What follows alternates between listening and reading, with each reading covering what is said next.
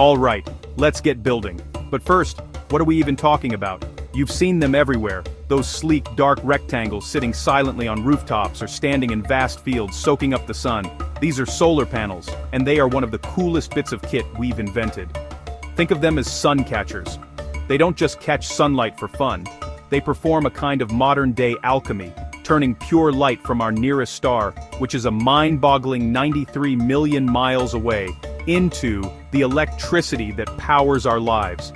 It's science fiction made real, happening right above our heads every single day. So, why are these sun catchers so incredibly important? Well, it's all about power.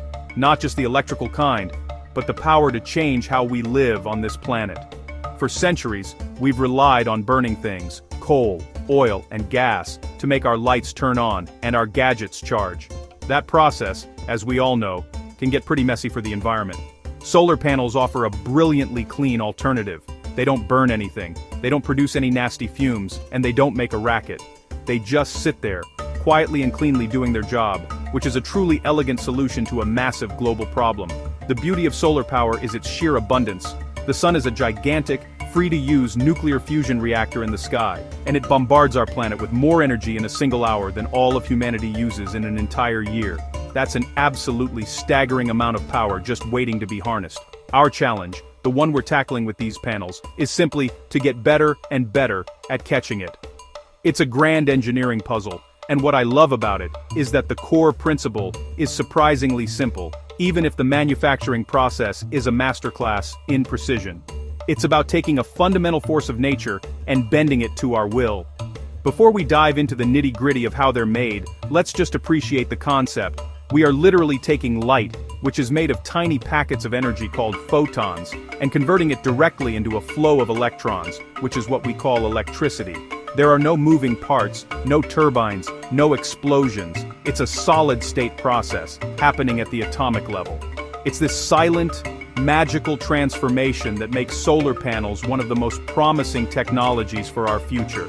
They represent a cleaner, smarter, and more sustainable way to power our world. And that, my friends, is a project worth getting excited about. Now, let's get our hands dirty and see how it's done.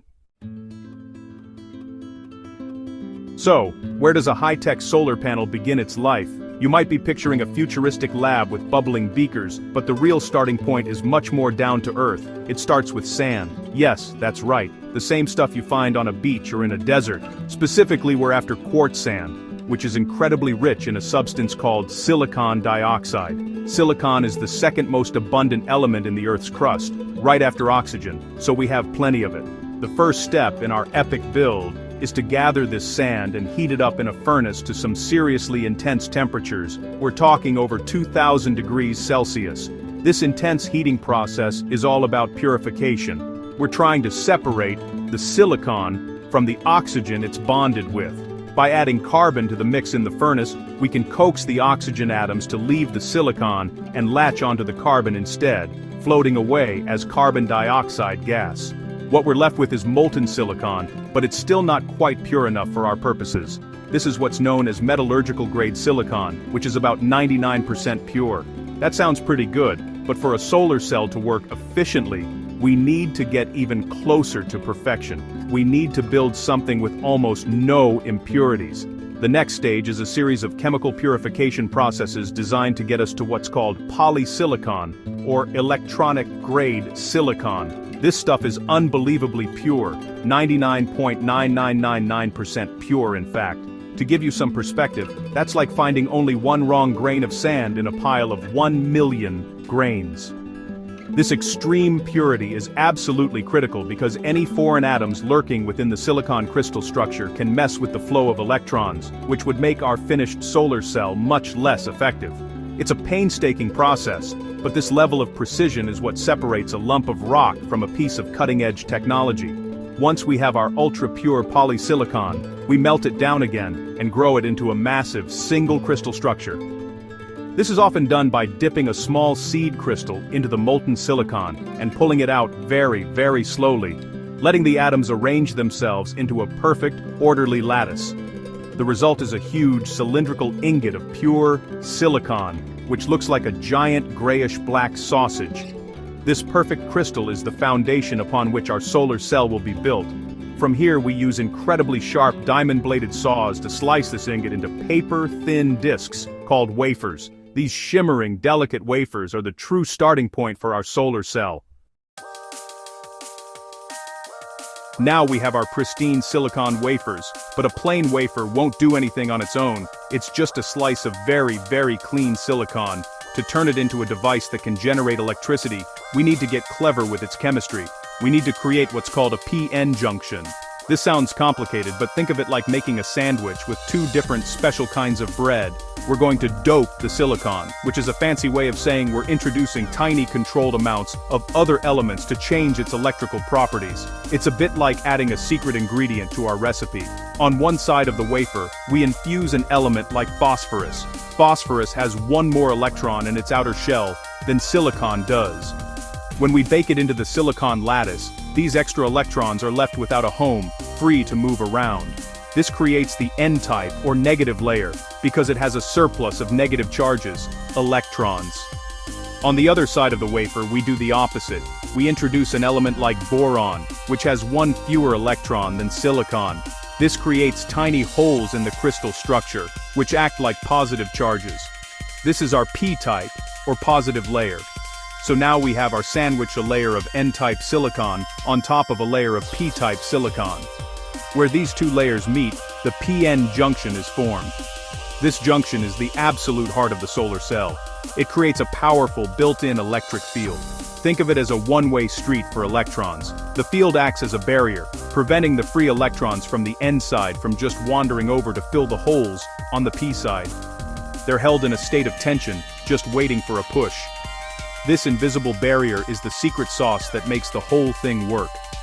The final steps in making the cell are all about maximizing its ability to catch light and shuttle electricity. We add an anti-reflective coating to the top surface, which is usually a dark blue or black color. This coating does exactly what it says on the tin. It stops sunlight from bouncing off and ensures as many photons as possible enter the cell. Then, we print a grid of super thin metallic contacts on the top and a full metal sheet on the bottom. These act like a network of tiny wires, ready to collect all the electrons that get knocked loose by the sunlight and guide them out into an electrical circuit. Our individual solar cells are now complete, but one cell on its own doesn't produce a whole lot of power. To generate a useful amount of electricity, we need a team of them working together. This is where we assemble the final solar panel. We carefully arrange the cells, typically 60 or 72 of them, into a grid pattern. They are then painstakingly soldered together in series, connecting the top of one cell to the bottom of the next. This links them up, so their individual voltages add together, creating a much more substantial electrical output. It's the classic principle of teamwork making the dream work. Once the cells are wired up, they need protection from the elements. After all, these panels are going to spend decades sitting outside in the rain, snow, and blazing sun. The grid of cells is encapsulated, meaning it's sandwiched between a durable glass front sheet and a tough plastic back sheet. An encapsulant material, usually a polymer called EVA, is placed around the cells and heated, which melts and seals the entire package, making it completely airtight and waterproof. This robust casing is then fitted into a rigid aluminum frame, which provides structural strength and makes it easy to mount the panel on a roof or a rack. Here's a surprising fact for you. The glass on the front of a solar panel isn't just ordinary glass. It's often designed with a specific texture or coating that helps it trap light.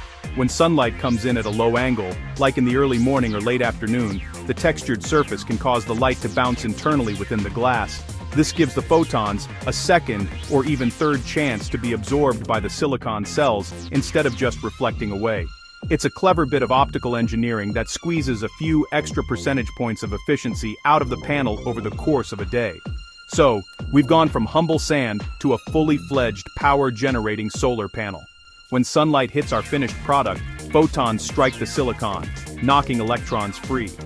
The electric field at the PN junction then shoves these electrons towards the metal contacts, creating a flow of direct current, DC, electricity. This electricity can then be used to power homes, charge electric cars, or be fed into the grid for everyone to share. By harnessing the clean, inexhaustible power of the sun, These incredible devices are helping us build a more sustainable future, reducing our reliance on fossil fuels and protecting our planet, one rooftop at a time. And that is a build I can definitely get behind.